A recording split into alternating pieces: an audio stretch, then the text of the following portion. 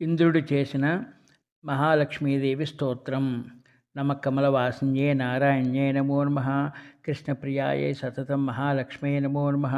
పద్మపత్రేక్షణాయై చ పద్మాస్యాయై నమో నమః. పద్మాసనాయై పద్మిన్యై వైష్ణవ్యై చ నమో నమః.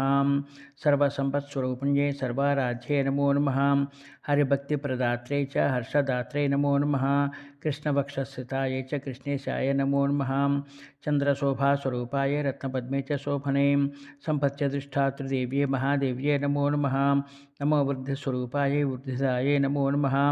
वैकुण्ठया महालक्ष्मीर्या लक्ष्मी क्षीरसागरे स्वर्गलक्ष्मीरिन्द्रगेहे राज्यलक्ष्मीनृपालये गृहलक्ष्मीश्च गृहिणां गेहे च गृहदेवता स्वरभिः सागरे जाता दक्षिणयज्ञकामिनीम् अदितिर्देवमाता त्वं कमला कमलालये स्वाहा त्वं च हविर्दाने कव्यदाने स्वधा स्मृता त्वं विष्णुरूपा च सर्वाधारा वसुन्धरा शुद्धसत्त्वस्वरूपा त्वं नारायणपरायण क्रोधहिंसा वर्जिता च वरदा शारदा शुभा परमार्थप्रदातुं च हरिदास्यप्रदा परा या विना जगत्स्वरं भस्मीभूतमसारकं जीवन्मृतं च विश्वं च सस्यसर्वं या विना सर्वेषां च परा माता सर्वबान्धवरूपिणी धर्मार्थकाममोक्षाणां त्वं च कारणरूपिणी यथा माता सनान्धानां शिशूनां शैशवे सदा तथा त्वं सर्वदा माता सर्वेषां सर्वरूपतः मातृहीनः सनाथस्व स च जीवति दैवतः त्वया हीनो जनकोऽपि निश्चितं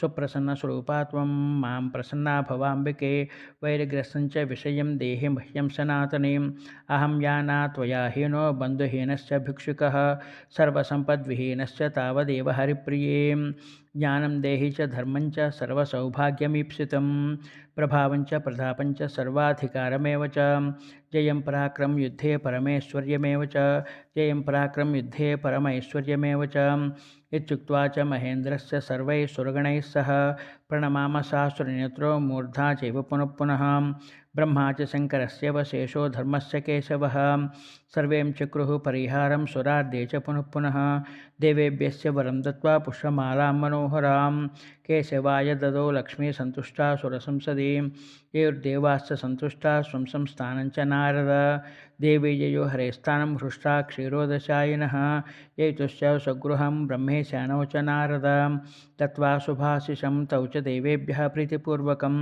इदं स्तोत्रं महापुण्यं त्रिसन्ध्यं यः पठेन्नरः कुबेरतुल्यः भवेद् राजराजेश्वरो महान् पञ्चलक्षजपेनेव स्तोत्रसिद्धिर्भवे नृणां सिद्धस्तोत्रं यदि पठेन्मासमेकं तु सन्ततं महासुखी च राजेन्द्रो भविष्यति न संशयः।